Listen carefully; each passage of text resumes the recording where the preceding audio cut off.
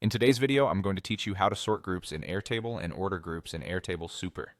Easy. We're going to walk through how to group your records, sort the records inside each group, and then control the order that the groups themselves appear.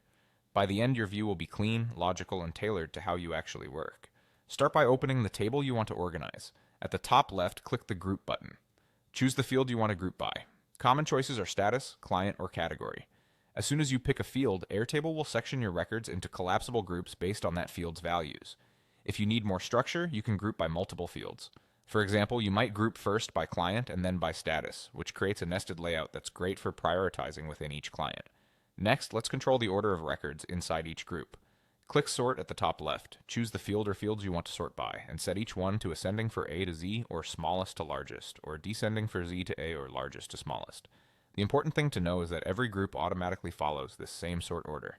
If you add multiple sort levels, say first by priority then by due date, Airtable applies them in that sequence, giving you fine-grained control.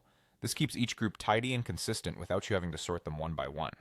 Now for the part most people miss, ordering the groups themselves. By default, Airtable orders groups alphabetically, which isn't always what you want. To take control, create a simple helper field that defines the order. Add a new formula or single select field and name it something like group order. Enter options such as 1, high priority, 2, medium priority, and 3, low priority. The numbers at the start make the order explicit. Then group by this new group order field. Finally, sort that group field in ascending order. Instantly, your groups appear in your custom sequence rather than alphabetically. If you prefer using a formula, you can return 1, 2, or 3 based on another field and achieve the same result.